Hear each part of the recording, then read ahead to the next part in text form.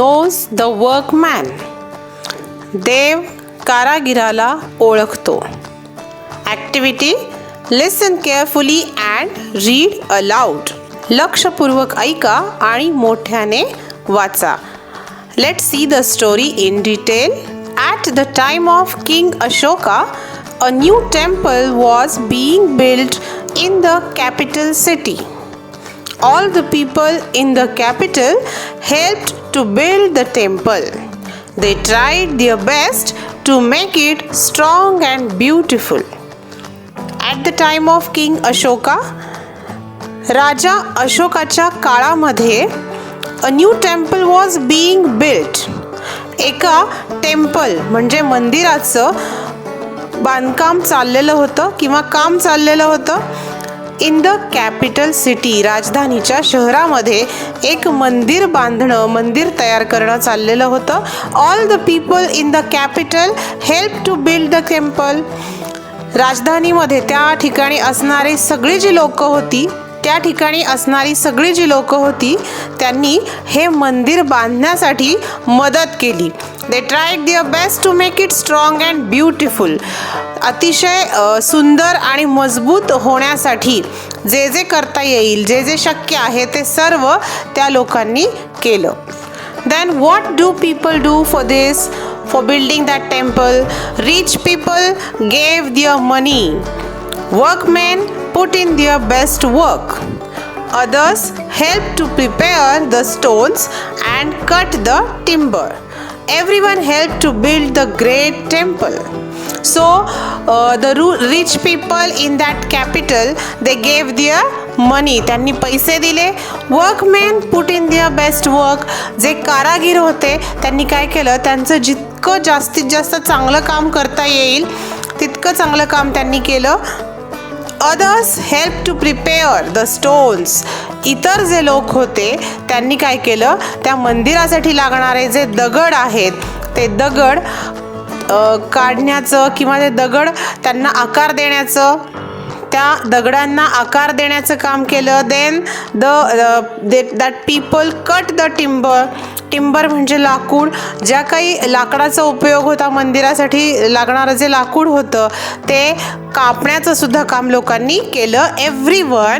In short everyone help to build the great temple.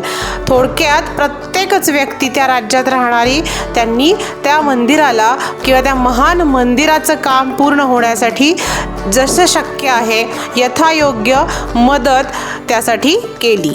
One day an old man came to offer his help. He was Jai Kishan, the stone carver. He carved beautiful figures and designs in stone. Now he was old. One day an old man came to offer his help. ज्या ठिकाणी प्रत्येक जण त्या मंदिराच्या कामासाठी मदत करत होता, त्याच ठिकाणी एके दिवशी एक वृद्ध माणूस आला. and he offered his help. आणि त्यानं आपली मदत देऊ केली, काहीतरी काम करण्याची इच्छा दर्शवली. Then who was this old man? He was Jai Kishan. The name of that old man was Jai Kishan. He was a stone carver. आणि तो एक शिल्पकार होता. दगडाला आकार देऊन त्याची सुंदर मूर्ती अशी घडवणारा तो एक शिल्पकार होता. He carved beautiful figures and designs in stone.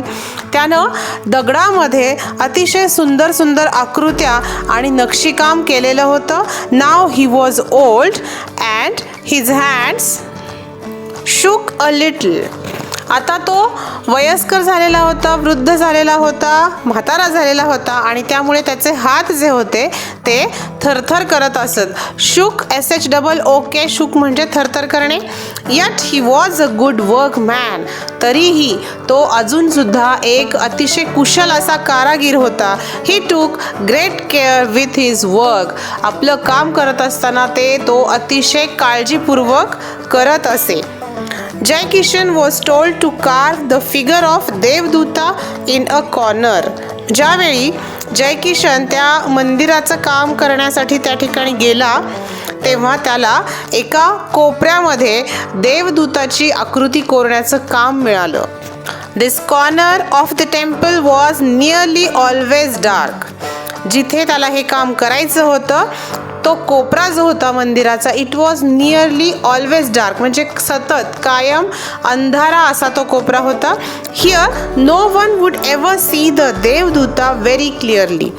या ठिकाणी त्यानं जर देवदूताची जी आकृती कोरलेली होती, कोरणार होता, ती कदाचित कधीच कुणीही पाहिली नसती. People would only see the face of the देवदूता clearly. लोकांना त्या देवदूताचा कदाचित फक्त चेहराच दिसला असता, बाकीची आकृती मात्र फारशी स्पष्ट दिसत नव्हती, because that corner was nearly in dark. अतिशय अंधार त्या कोपऱ्यामध्ये होता. जय किशन मेड अ देवदूता with a beautiful face. Jai Kishan as he was a carver, perfect carver, we can say, अतिशय निष्णात कुशल असा तो कारागीर होता.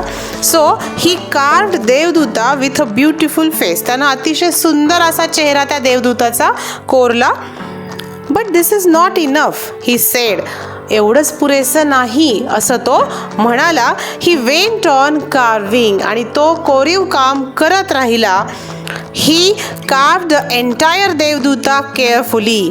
संपूर्ण आकृती जी होती देवदूताची ती त्यानं अतिशय काळजीपूर्वक कोरीव काम करून तयार केली. He carved very well. अतिशय सुंदर बारकाईनं त्यानं ते कोरीव काम केलेलं होतं. द गार्मेंट्स ऑफ द देवदूता were carved in stone but they looked thin and soft.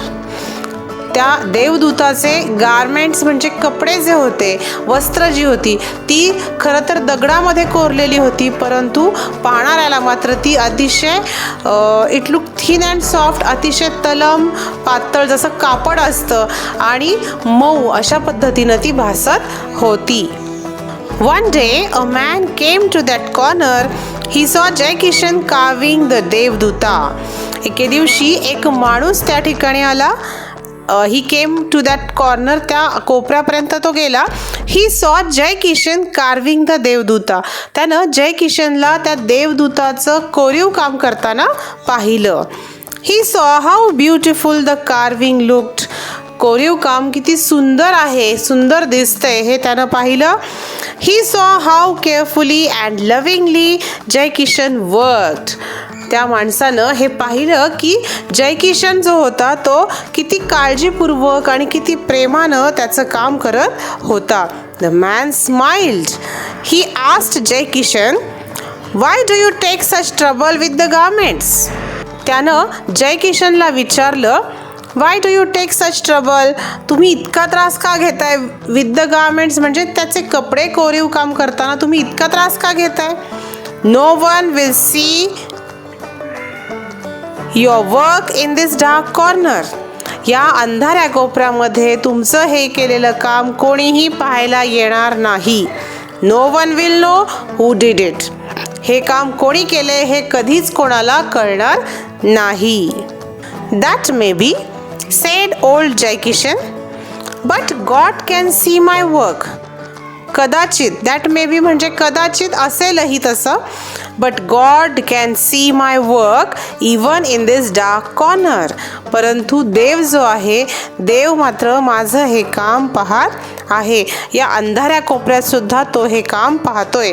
And he knows the workman to.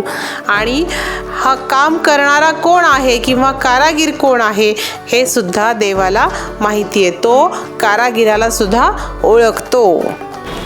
So friends, did you like this video? Do share with us, and for watching more videos, stay tuned to Scholarly. Till then, take care and bye bye.